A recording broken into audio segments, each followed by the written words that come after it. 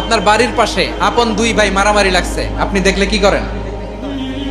অনেকে মজা নেয়, অনেকে কি করে?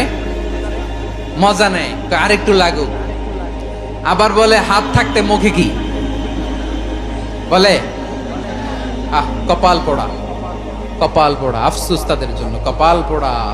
দুইজন ঝগড়া লাগলে মিলিয়ে দিলে যে কত সওয়াব, এটা আমরা অনেকে জানি না। দুইজন ঝগড়া লাগছে, আচ্ছা আপনাদের কোথাও এলাকায় আগুন লাগলে আপনারা কি ঢালেন? পানি। অনেকে ওই জায়গায় তেল ঢালে। এরকম ডাকাইতেছে না নাই? আগুন নিভানোর জন্য ঢালতে হবে কি? একদল এখানে কি ঢালে? আল্লাহ তাআলা এরকম মাইন্ডসেটের মানসিকতার হওয়া থেকে আমাদেরকে তুমি বাঁচাও। ঝগড়া লাগলে মিলিয়ে দিবেন। কি করবেন? দুইজনের মধ্যে দেখলেন যে সম্পর্ক খারাপ, তো একজনরে বললেন, ভাই সে তো ওই দিন আপনার ব্যাপারে অনেক প্রশংসা।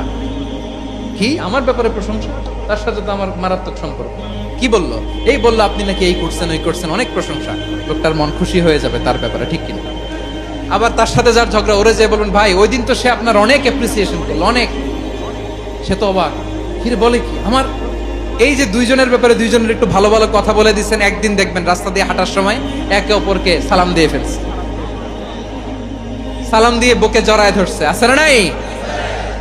আবার মিলমিশ হয়ে গেছে। কিন্তু আমাদের স্বভাব হইলো, দুই প্রতিবেশী যদি একসাথে বসে একসাথে হাঁটে, দূর থেকে দেখলে আমাদের জলে, আছে না নাই?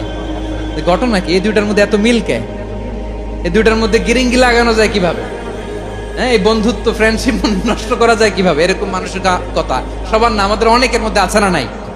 আল্লাহর কাছে তওবা করেন, এই মানসিকতার যেন আমরা না হই, আমরা মিলিয়ে দিব।